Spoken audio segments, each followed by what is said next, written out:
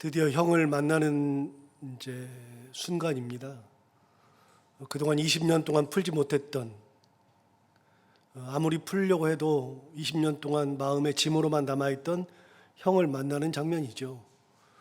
형을 만나기에 앞서서 야곱이 했던 것들은 어제 그제 다 살펴본 것과 같이 이런저런 방법을 써봤는데 그 방법들은 통하지 않는다는 거 분명히 알았고, 결국은 형을 만나기 전에 최종적으로 하나님 앞에 매달려서 비록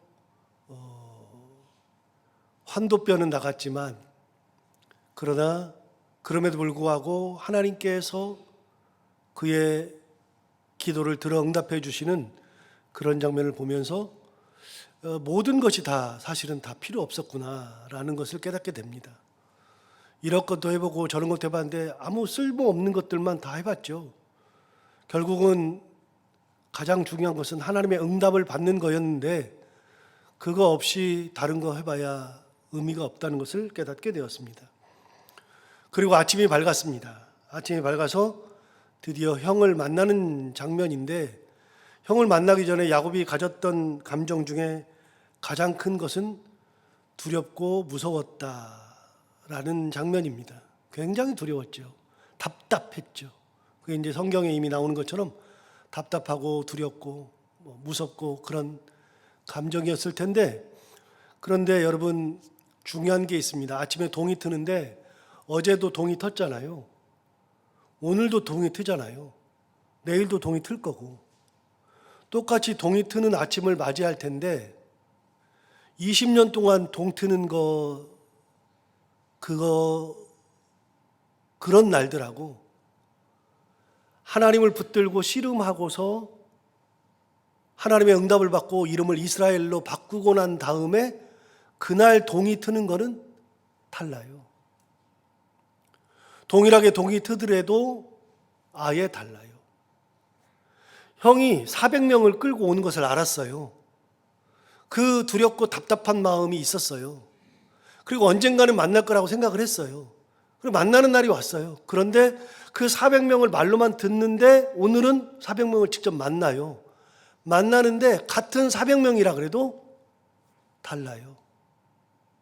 하나님의 응답을 받은 다음에 일어나는 일들은 전부 다 달라요. 무슨 일이 있었을 때에 그것을 해결하지 못했었던 때에 그 우울한 날들의 아침은 우울함의 연속인데, 해결한 다음 날의 아침은 우울한 것이 아니라 그날은 왜 이렇게 밝은지 몰라요. 그래서 응답을 받았던 때가 참 중요해요. 아침에 동틀 때 기분이 다 달라지거든요. 오늘이 어떤 날이냐면 바로 그런 날이에요.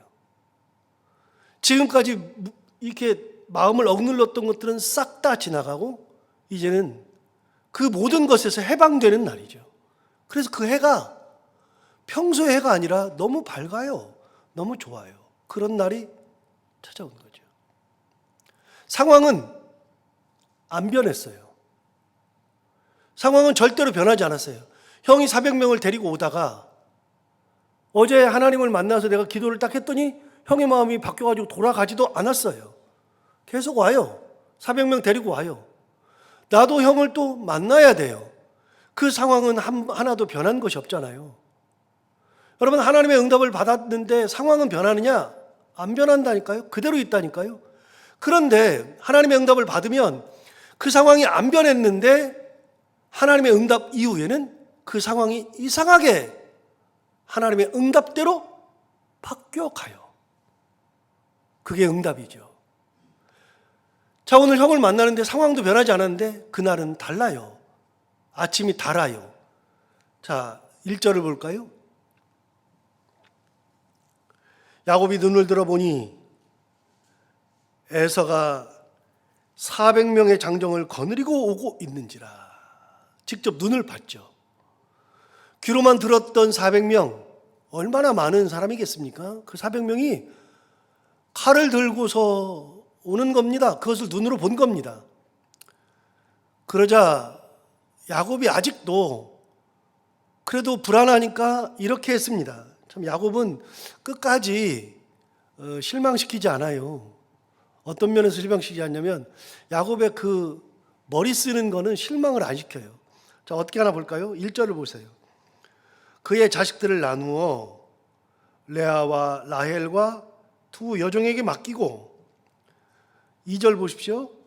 여종들과 그들의 자식들은 앞에 두고 일진. 두 번째, 레아와 그의 자식들은 다음에 두고 이진. 라헬과 요셉은 뒤에 두고. 여러분, 가족, 부인과 자식들을 다 구분했죠. 여종들과 자식들은 형의 마음이 하나님의 응답 가운데 풀릴 줄은 알지만 이게 하나님의 응답이 완벽하게 아무런 해가 없이 될 거라는 확신이 없으니까 어떻게 해요? 자식들을 나눠요. 그래서 일진에서 형이 와서 분이 풀리도록 죽인 다음에, 분이 풀리면 상관없는데 분이 안 풀리면 이진에서 죽이고, 이진에서 풀리면 오케이, 안 풀리면 삼진까지 어쩔 수 없이 가겠지. 그래서 자기 부인들과 자식을 진을 나눴어요. 맨 앞에, 그 다음에 맨 뒤에. 근데 순서를 한번 볼까요? 순서를 2절 다시 보시면 여종들과 그들의 자식들은 앞에 두었다. 여종들과 자식들은 뭐예요? 자식 아니에요? 그 다음에 레아와 그의 자식들은 다음에 두고, 맨 마지막에 라헬과 요셉은 뒤에 두었다. 그러니까 야곱의 마음을 알 수 있죠. 누구를 가장 사랑해요? 라헬을 사랑하죠. 요셉을 가장 예뻐하죠.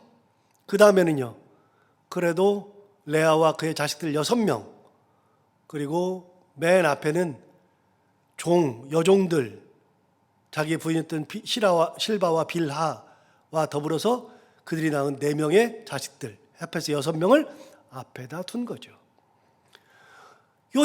야곱은 이렇게 머리를 써요. 끝까지 머리 써요. 안 쓰면 좋은데 야곱은 머리가 너무 좋아요. 기본적으로 머리가 좋아요. 근데 머리가 좋은데 그 머리를 그냥 하나님을 위해서 드리고 하나님이 쓰자고 하는 대로 쓰면 좋은데, 야곱은 그렇게 하지 않고 그 머리를 끊임없이 뭔가를 만들어내고 끊임없이 뭔가를 해서 써요. 자, 그런데 반전이 일어납니다. 그렇게 하면 뭐합니까? 반전이 일어나죠. 3절 보세요. 자기는 그들 앞에서 나아가되 몸을 7번 땅에 굽히며 그의 형 에서에게 가까이 갔다. 여러분, 몸을 땅에다가 7번을 굽혔다는 것은 7번을 절했다는 건데요, 이거는 여러분 형제지간에 만나도 7번씩 안 굽혀요. 부모를 만나도 7번씩 안 굽혀요. 옛날에 조선시대 때 당연히 부모 만나면 절하죠. 절하는데 한 번 절하면 되지 7번씩이나 절하지 않아요. 세상에 어느 누구도 그러지 않아요. 왕을 만나도 이렇게 안 해요. 그럼 7번을 굽혔다는 건 뭐예요? 형의 은혜를 잊겠다는 간절한 표현.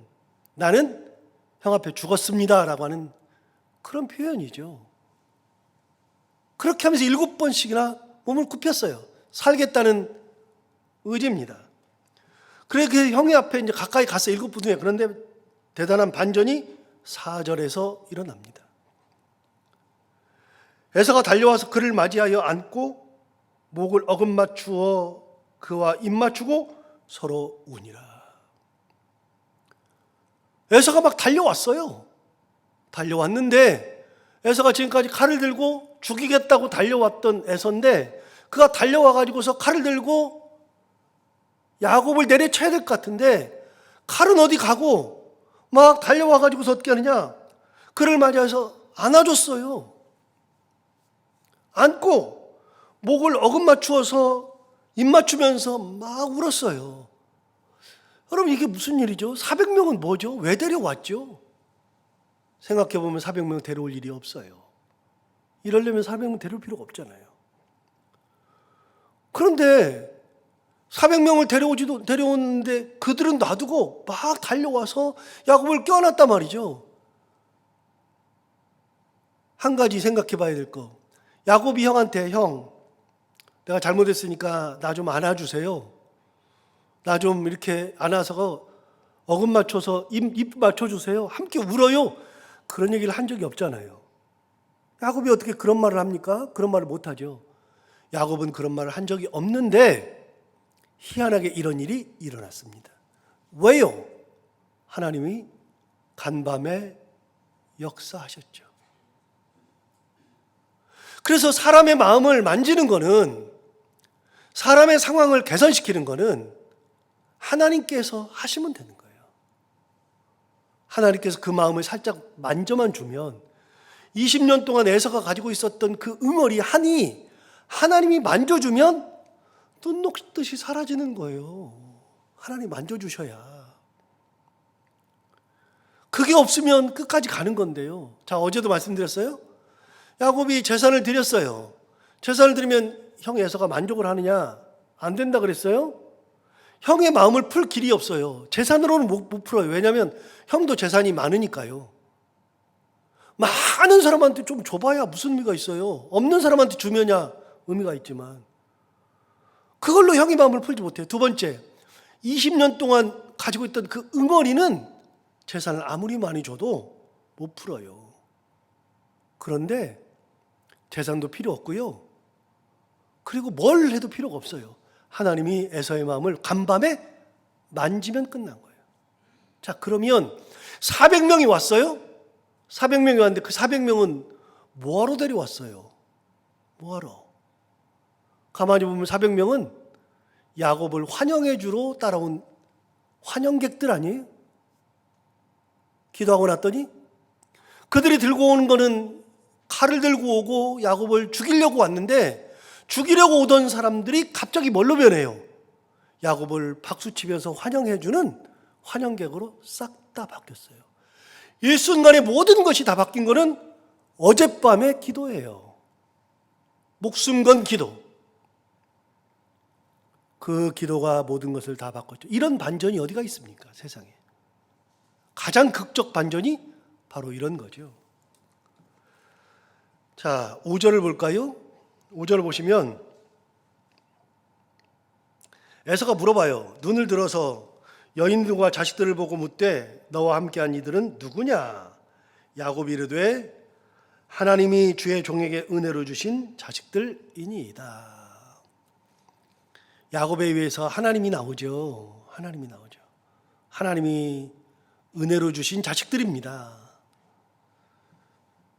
자, 6절부터 7절을 보시면 재밌는 게 나오잖아요. 그때에 여종들이 그의 자식들과 더불어 나와 절하고, 일진 나왔죠. 일진.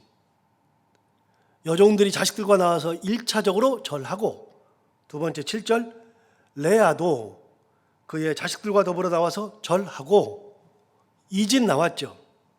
그리고 7절 하반절 그 후에 요셉이 라헬과 더불어 나와 절하였다. 그랬으니까 이 순서대로 나와서 절한 거예요. 이 순서대로.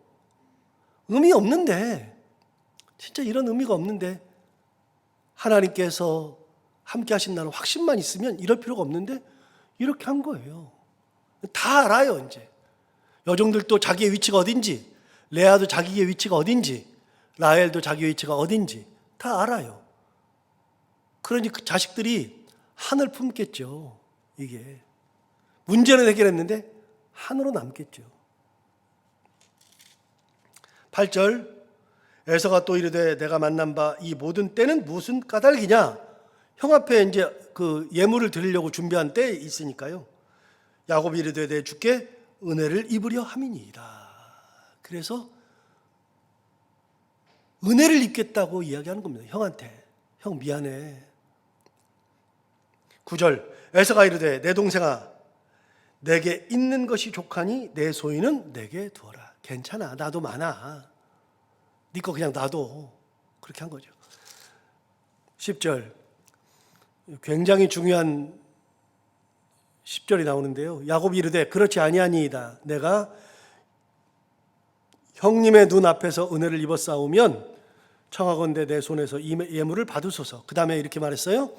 내가 형님의 얼굴을 배운즉 하나님의 얼굴을 본 것 같사오며 그랬어요.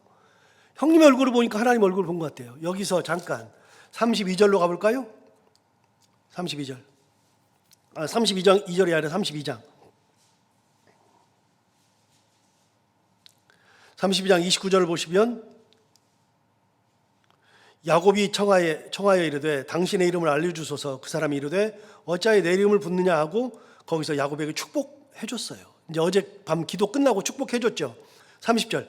그러므로 야곱이 그곳 이름을 뭐라고 불렀다고요? 브니엘. 자, 브니엘이라 하였으니 브니엘 앞에 2번이라고 되어 있잖아요. 2번이라고 되어 있는데 2번을 쭉 내려가서 보시면 무슨 뜻이라고 그랬어요? 하나님의 얼굴이라고 되어 있어요. 그래서 30절을 다시 보시면 하나님의 얼굴이라고 하는 표현을 얘기해 줘요. 30절 다시 보시면 그러므로 야곱이 그곳 이름을 브니엘이라 하였으니 그가 이르기를 내가 하나님과 대면하여 보았으나 내 생명이 보존되었다 함이더라. 여러분, 어저께 이 장소를 뭐라고 불렀냐면 브니엘이라고 불렀어요. 누구 봤다고요? 하나님 봤다고요. 하나님의 얼굴을 봤다고요. 그런데 오늘 33장 10절을 보세요. 하반절. 내가 형님의 얼굴을 배운 즉 하나님의 얼굴을 본 것 같습니다 라고 얘기했죠. 어제 저녁에 하나님의 얼굴을 보고 형님을 보니까 형님의 얼굴이 하나님의 얼굴을 본 것 같다. 그 말은 뭐예요? 진짜 형님의 얼굴이 하나님의 얼굴로 보이는 거예요. 그럴 수도 있고요. 또 한 가지는 형은 이렇게 딱 안았는데 막 울면서 보니까 울다가 눈을 딱 떠서 봤는데 이 뒤에서, 형님 뒤에서 환하게 웃고 계시는 하나님이 보이지 않겠어요? 그러니까 형님의 얼굴이 하나님처럼 보이는 거예요. 그거는 형님을 하나님처럼 이렇게 대접하겠다는 의미가 아니라, 하나님과 이렇게 같다는 게 아니라 하나님의 얼굴이 겹쳐 보인다 그 말이에요. 겹쳐 보인다. 은혜를 받고 나니까, 기도 응답 받고 나니까 모든 것이 다 변해요. 하나님께서 응답하신 것으로 다 변해요. 그래서 하나님의 얼굴을 본 것 같다. 브니엘이라고 하는 게 두 군데 나와요. 32장에서 하나님의 얼굴을 본 거로 하고 33장에서도 형을 볼 때 브니엘, 하나님의 얼굴을 본 것과 같습니다 라고 이야기했죠. 11절. 하나님이 내게 은혜를 베푸셨고 내 소유도 조카오니 청하건대 내가 형님께 드리는 예물을 받으소서 하고 그에게 강권함에 받으니라. 그리고 야곱같이 빼꼬미들, 야곱같이 그 이권에 강한 사람들, 막 그런 야곱이 재산 하나도 잃어버리기 싫을 거예요. 재산 잃어버리기 싫을 거예요.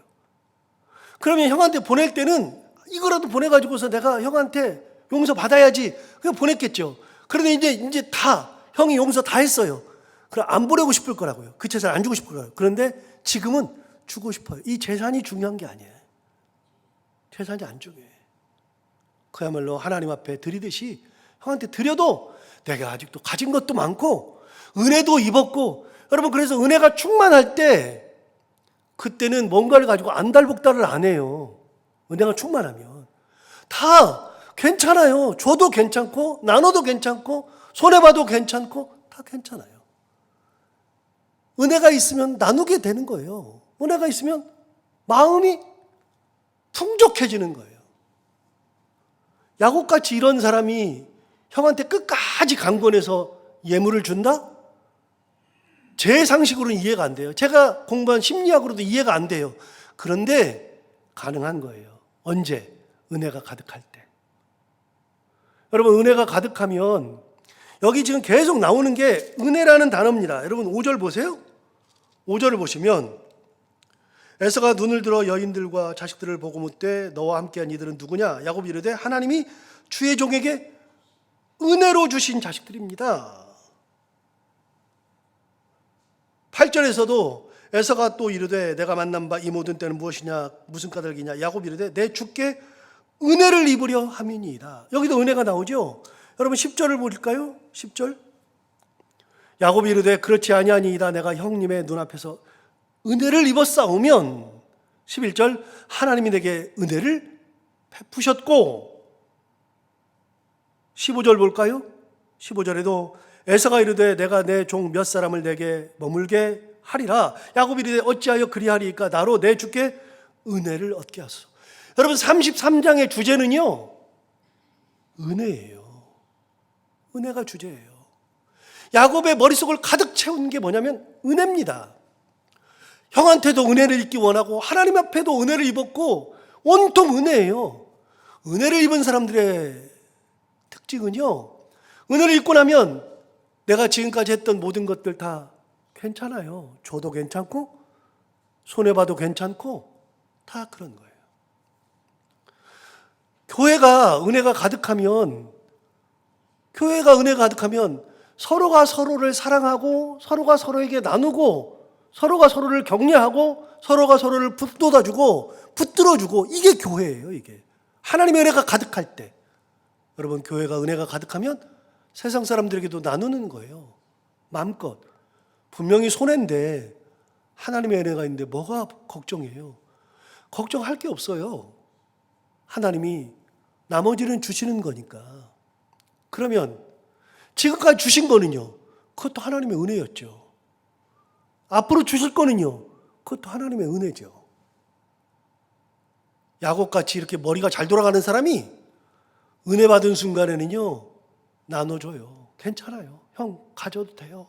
하나님이 은혜 주신 거니까 형 드릴게요. 강권했다라고 되어 있죠. 강권해서 줬습니다. 그렇게 해서 형과의 문제가 다 끝나요. 싹 다. 형과의 문제가 끝나는 것은 이제 두 가지로 정리할 수 있죠. 하나는 목숨 건 기도, 두 번째는 하나님의 은혜. 그러면 다 돼요. 우리가 살아가는 것도 목숨을 걸고 기도하고 하나님의 은혜를 입으면 다 되는 거다. 20년 동안 해결되지 않은 문제를 이렇게 해결했죠. 자, 12절부터는 참 재밌는 얘기가 나와요. 12절부터 보시면 에서가 이르되 우리가 떠나자. 내가 너와 동행하리라. 내가 너와 함께 해줄게.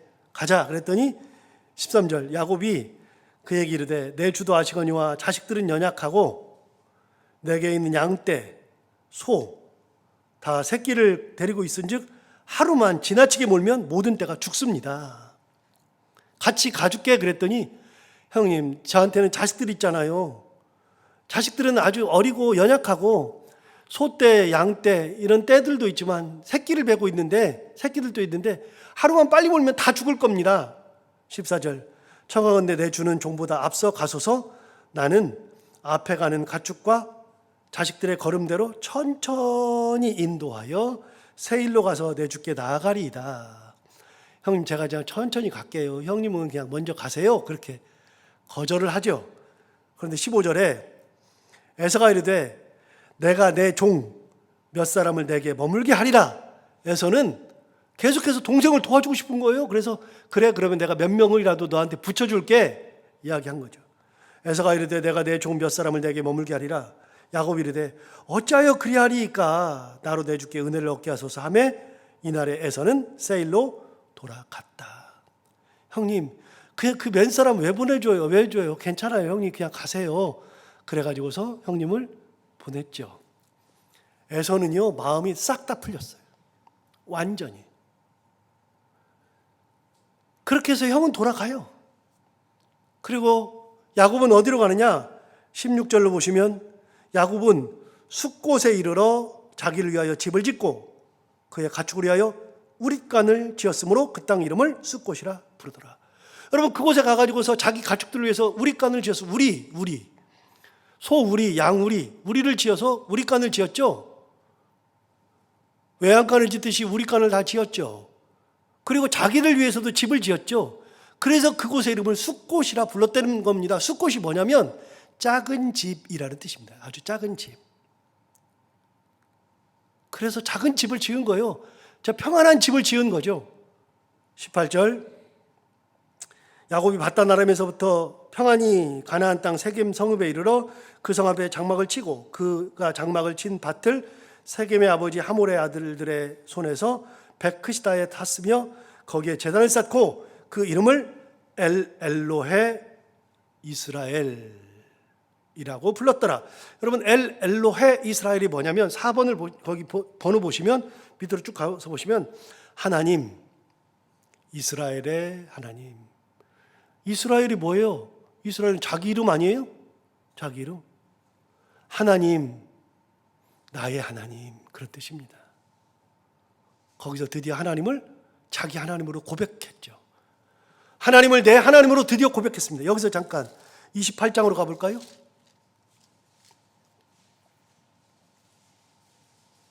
28장 10절부터는 야곱이 베델에서 하나님을 만나는 장면이 나오잖아요.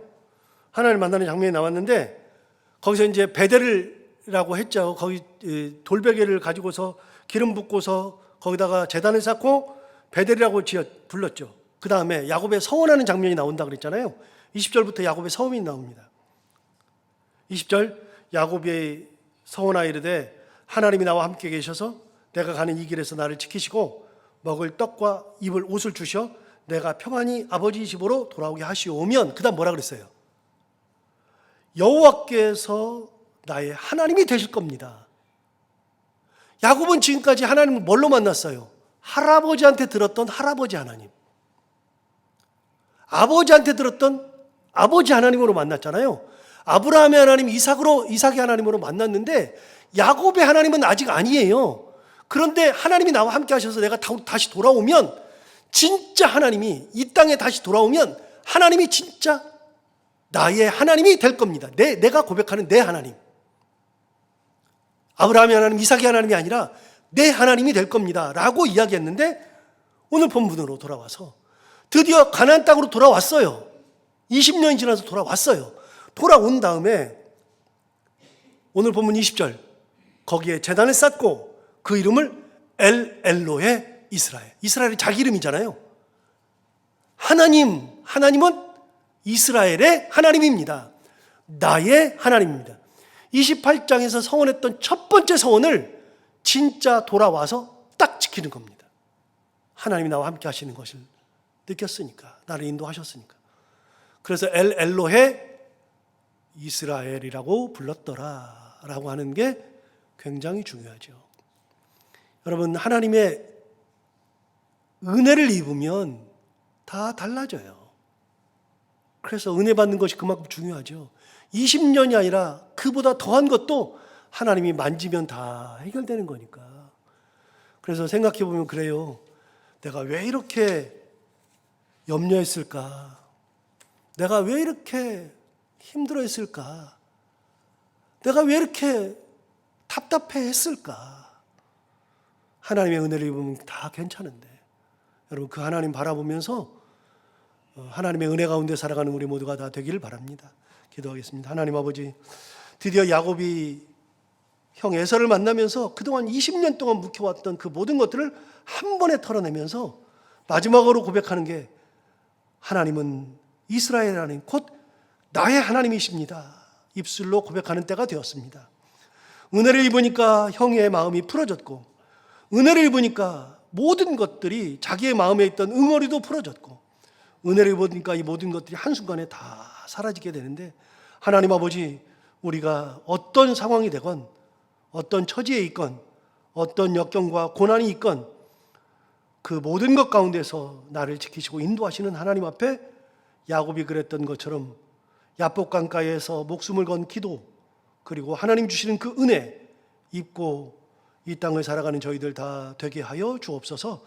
은혜가 임할 때 내가 그동안 가지고 있던 것들이 하나님이 주셨구나 고백할 수 있고, 은혜가 임할 때 이것을 나누어도, 이것을 내가 손해봐도 그렇게 해도 하나님의 은혜가 있으면 다 괜찮다는 그런 믿음을 가지고 우리가 하루를 살아도 주님의 은혜 가지고 살아가는 저희들 모두가 다 되게 하여 주옵소서. 하나님 아버지, 오늘도 하루를 살아갈 때 이 말씀을 기억하며 살게 하여 주옵시고, 오늘도 기도하러 나온 살아가는 모든 분들 한 분 한 분의 기도를 다 응답해 주시기 원하며, 해야 되는 것들을 기쁨으로 잘 감당하고 만나는 분들과 함께 웃고 행복한 하루가 되게 하여 주옵소서. 예수님 이름으로 기도하옵나이다.